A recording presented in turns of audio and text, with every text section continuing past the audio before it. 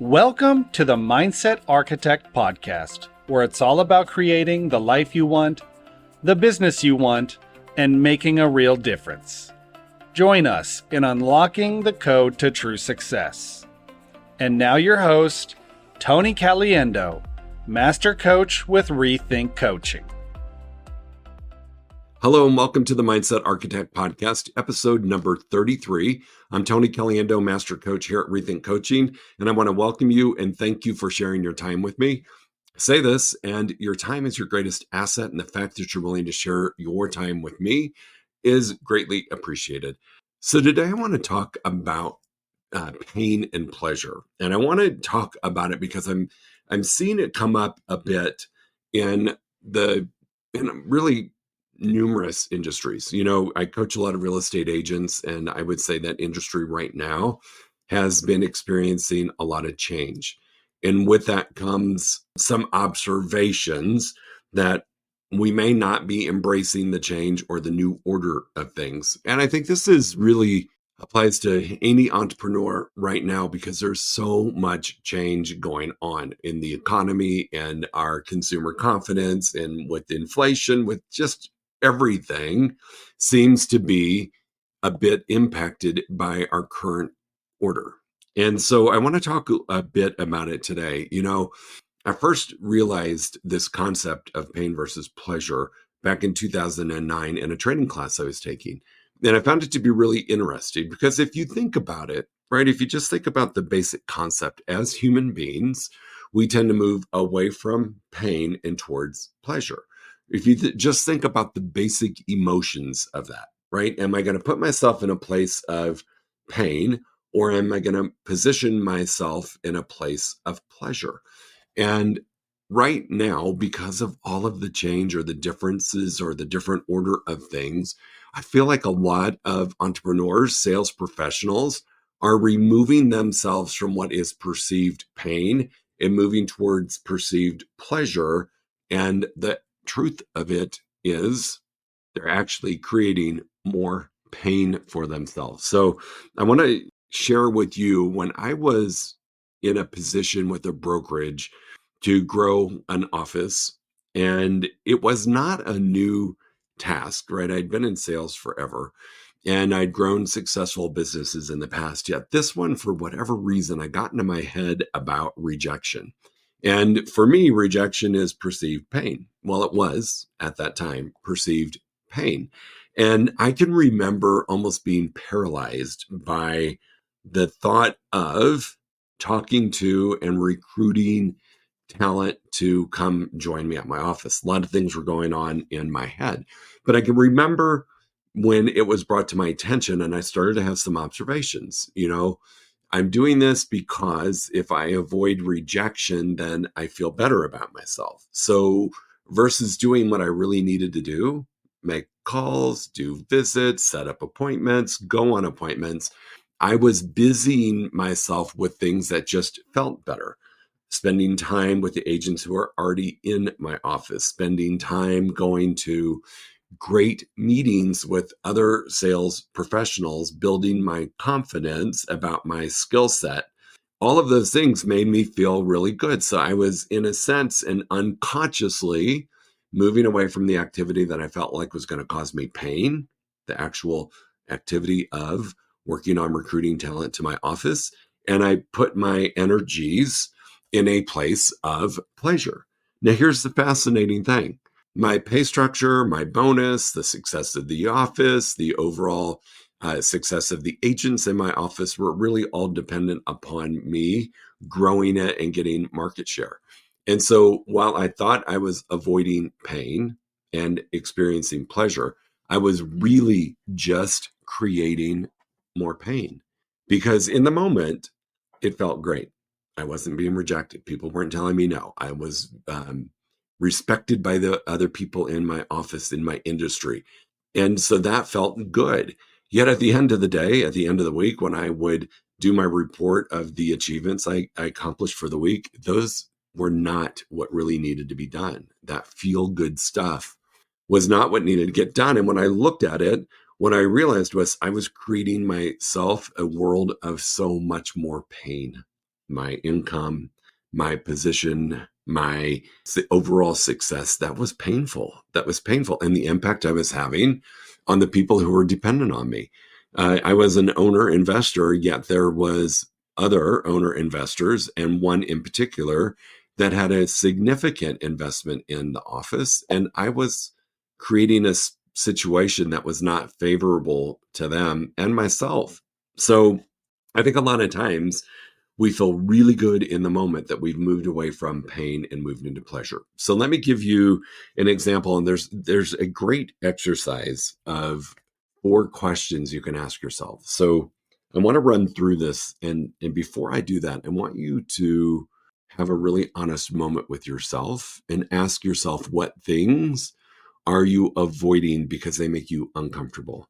They worry you that you might fail, that you may not look good or be right if you were to step out and do something and fail, that would be so painful and crushing to you that you would die. I say that jokingly. I haven't seen anybody die from some failure. But honestly, really spend some time with yourself and get real about this. Where am I avoiding a perceived pain? Is it in my lead and my sales? Is it in my follow-up? Is it in having those difficult conversations with the clients that I'm already working with because some things have changed and we need to make some adjustments? Am I avoiding that pain? And really sit with it and ask yourself that. And once you've identified it, then I want you to slide into this exercise of asking yourself 4 really powerful questions. And I'm going to go through the questions first, and then we'll look at an example. And I think it may turn on some light bulbs for you to realize that you are avoiding taking the true action needed to take to be successful. And you're fooling yourself into thinking the other things that you're doing that make you feel good are moving you away from pain when it's moving you into the pain. So the first 4 questions is just really ask yourself, what truly is the pain of taking the action? What is the pain of taking the action? And I'm going to say this, what is the perceived pain, right? Because it's a thought that you're having or that you're creating around this. So what is the pain or perceived pain of taking the action? That's question number 1. Question number 2, which is where we're going to find out what we've been doing instead of, is to ask yourself, what is the pleasure if I don't take that action? So what am I moving towards that makes me feel good in the moment? What's that pleasure? Because I've avoided doing one thing to do something else. So what's the pleasure of not taking the action of the thing that you perceive as being painful? The third question is, what's the cost of not doing the action? What is it truly costing you? Financially, physically, mentally, what is it costing you? And really sit with that. And then ask yourself the very last question, well, what would the gain be if I actually took the action? So those are the 4 questions: pain of taking the action, perceived pain, pleasure of not taking the action, cost of not doing the action, and then what would I gain if I actually took the action? So let's go back to the example that I was talking about earlier. I was brought into this position to grow an office, to grow it with talented salespeople. And I really was, when I look back on it and when I had the aha moment for myself, I was having this pain of taking the action. What was I making that mean to me? That perceived pain was rejection. What if I reach out to some of my peers in the same industry I was in, asking them to come and join me, and they reject me? That was so incredibly painful because I was making it mean something so much bigger than they just said no. In my mind, it was making me question my position. It was creating the pain of not looking good or not being right. I mean, if you're turning down my offer to come and join my organization, I can create all kinds of stories around that creates the trigger of pain. Well, maybe the company's not that great. Maybe it's my leadership. Maybe they don't trust me. Maybe they don't believe in me. All of these things were storing around as a thought in my head, but it was the pain of taking the action was creating was really creating those thoughts. Now, the pleasure of not taking action. So remember, I said I would go do all these other things that made me feel really good. And they were important, but it was not really the important driving factor of my overall success. Spending time with the sales professionals that were already in my organization, yes, that was important, but I was not helping them in their growth. So the pleasure I had of not taking the action was, well, nobody told me no. And the people who are already at my organization like me, respect me, and are going to be kind to me and friendly. So that was my perceived pleasure of not taking the action of attracting people to my office and to my company. What was the cost of not doing the action? Well, there were a lot. And in the situation I shared with you, my my income was based upon success, was based upon growth of the office and attracting people to come and join me and taking market share and really positioning ourselves. So there was a huge cost for me financially, but there was a really big cost for me mentally because it really messed with my mindset. And it did it in a way that, again, did I make the right decision? Should have I taken this opportunity? What if I fail? Right. So this cost was really adding up because the cost was adding to those negative thoughts, really. I mean, think about it. We've talked about this before. We have 60,000 thoughts a day, 48,000 of them are negative, so about 80%. The cost of not doing the action was costing me a productive and empowering mindset. So there's a huge cost associated with this. And then lastly, what would have been the gain, or what was the ultimate gain when I did take the action? We became profitable. The sales professionals in my office felt better about staying with me because they saw other people validating that they were in the right place by coming and joining us. We became profitable. My bonuses went up. My salary was secure. I was making an impact on people that came and joined us. So there was so much gain in taking the action. And I think that's where, when you go through this, you see the not empowering thoughts that you're having that are tricking you into thinking that you're avoiding pain when ultimately you're most likely creating pain. And so let's think about this. I coach a lot of entrepreneurs, real estate and other industries. And if you think about, like I said at the beginning of the podcast, there's been a lot of changes, right? There's a lot of different things going on, circumstances that we can't control, yet it has an impact on us, right? Economy, interest rates, just consumer confidence. There's just a lot of factors. It's an election year that are creating some unknowns. And it is creating, for us as sales professionals, to have a different level of conversation with a lot of our customers and our clients. And it is sometimes delivering not great news. Like, hey, if this was 18 months ago, this is what the result would have been. But now that's not the case. So we have to re-strategize, and maybe you're not going to get as much money. Maybe you're not going to be able to get exactly what you wanted. Maybe it's going to take you longer to achieve the goal. And we haven't had those conversations. So sometimes we want to move away from that and avoid the difficult conversation. So that is, in our mind, the perceived pain of taking the action is, I'm going to have to be the bearer of bad news. And the pain of that is, I don't like to give bad news to people.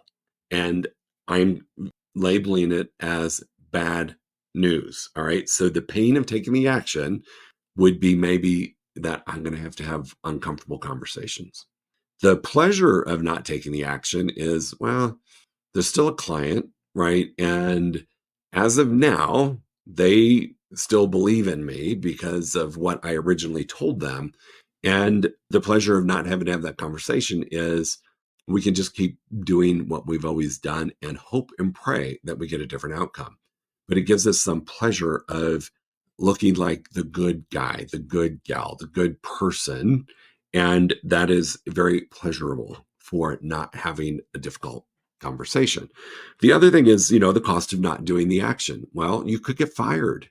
I mean, ultimately, I am seeing this a bit with lack of conversation between sales professional and client, is we're not having the difficult conversation. The client is not stupid, and they're realizing that things are not moving the way that you had promised they would move or that you predicted that they would move. And then they haven't heard from you. And so they can actually fire you. And or cost of not taking action could be, it's going to just end up costing you more financially in the end because the market is shifting daily. And if we don't get our arms around this, the true cost of not doing the action could be bigger than we could ever imagine. We're usually investing money in betting on a sale. So sometimes we're commission or we're bonused on our sales. And so the cost of not taking action and we lose the client, or the client isn't satisfied, or we don't end up getting the dollar amount that we thought we would get for this transaction, the cost can be huge.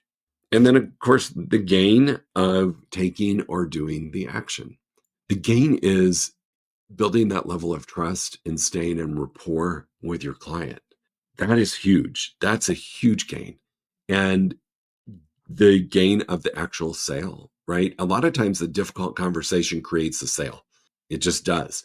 And we can look at it as a difficult conversation. We can label it as a bad conversation. We can do whatever we want, but it's really more of an honest conversation. So the gain of having that conversation with client can be significant. It can get the product sold. It can get them to buy another product from you or with you. It can get them to refer other clients to you. The gain of having a difficult conversation, which is the example that I'm going through right now, gain is they respect you and they appreciate your truth and your honesty. It's big. So those 4 questions, I want you to really, really get real and get right with, because what I'm experiencing now as a coach is we're avoiding the difficult conversation. So we're avoiding that pain, perceived pain. We're moving towards activities that are pleasurable. Let's have a client event. Let's do a pop by. Let's send out a warm and fuzzy handwritten note or a text message, right? So we are looking for pleasure to replace the pain, right? Because we're moving away from it. And then we're not really looking at the cost. What is my true cost of not taking the action? And then what could I gain if I just did it? And so the difficult conversation right now, I think, is our biggest opportunity to move towards gain of taking the action. So think about that. It's really a simple concept. It can apply to all areas of your life. Going to the gym and working out, eating a balanced or healthier diet, having a more successful relationship with your spouse, your business partner, your significant other, your family. These are all things that we could be avoiding because it's perceived as painful. Yet when we actually look at, let's just take, for example, not eating healthy, right? So the pain of taking the action might be, oh my gosh, I just love pizza. Pizza is my favorite thing, and I like to have it as a reward at the end of the hard day. So I'm just going to continue to have it because it makes me feel good. So I'm avoiding eliminating it from my diet. So I might say, you know what, I might eliminate it one night, but that's really going to be painful for me because I love it. So I'm just going to maybe have pizza with vegetables on it, right? And that is moving us towards pleasure. The pleasure of not taking the action is I get to still enjoy the food that I love, and that right now tastes really good to me. And I'm avoiding the pain of eliminating foods that are actually not healthy for me. The cost of not doing the action. Okay, so the cost of not doing the action of eating healthier is weight gain, can be internal things, right? Cholesterol, blood sugars, it can, the types of fat. There's all kinds of cost of not doing the action. And the actual gain of doing the action is huge. Healthier life, maybe a different number on the scale, good report when you go see the physician and they do your lab work. This can show up in so many areas of your life. I want us to look at it through the lens of business, and then I want you to look at it through the lens of your life. What are you doing to avoid pain in all areas of your life? Business, life. I think you're going to be surprised. I go back to 2009, being in that training program when this was first introduced to me. And I immediately went back to work and started to realize that there was more gain in doing the action than more pain of taking the action. There was more enjoyment actually in the taking of the action than the enjoyment I perceived by avoiding it. And it's a simple little thing, but I had to become aware of what my brain was doing to me. It was tricking me into doing things that were not the key goal because I perceived it as painful. Man, the second I realized that and changed it all around, success. It started moving me in that direction of success because I started feeling the gain of taking the action. I started seeing results. I let go of the story I had around it about the pain. Am I going to get rejected? Is somebody going to tell me no? Am I going to be mortified? Let all that go and actually got into action and got to see results. So I hope you can connect this a little bit to the thought flow model, right? With thoughts, feelings, actions, and results, because really the pain of taking action is a thought. And the pleasure of not taking action is a feeling or emotion. The cost of not taking the action is a result of a thought or feeling. And then the gain of doing the action is a result of the thought and the feeling and the action. So this model aligns perfectly with the thought flow model. If you need a little refresher on the thought flow model, episode number 1 and episode number 31 do a nice dive into what that is. But really, this is just a different look at thought flow. Thoughts impact feelings, impact actions, impact results. And pain of taking the action is a thought. Pleasure of not taking the action is a feeling. Cost of not doing the action is action. And then gain of doing the action is your result. So action creates results. So think about this, but these 4 questions are maybe a little different way for you to wrap your brain around it. We all do this. We do it in a lot of areas of our life. As sales professionals, we usually get paid a lot of money to have honest conversations. And that is most likely the one thing that we avoid doing. As the external circumstances are changing and things are becoming, I don't want to say more difficult, but we're seeing where you've got to do more to get the same.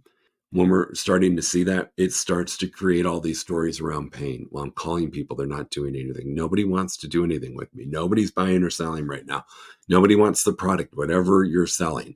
Nobody's going to buy my book. I mean, there's all kinds of things because of some external stuff going on. So we switch to avoid that pain of that and create the escape of pleasure, ultimately causing more pain. So 4 simple and easy questions. Now it's simple, and it's not always easy to have this conversation with yourself. So break it down. Pain of taking the action, pleasure of not taking the action, cost of not doing the action, gain of doing the action.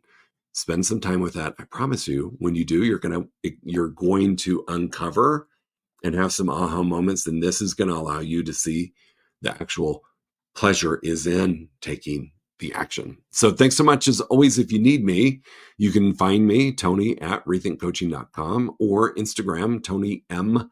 Caliendo is my Instagram handle. I'm always available to answer any question you might have about this or anything else. These are really powerful tools to use to make a difference in you living the life you intend to have in the business you intend to own. We'll talk to you soon. Make it a good one. If you enjoyed listening to this podcast, you must come check out the Mindset Architect Group Coaching Program. It's our monthly program where we explore the power of your mindset, help you identify what you truly want in business and life, and then help you reach those goals. Come check us out at rethinkcoaching.com/group-program. That's rethinkcoaching.com/group-program. We'll see you there.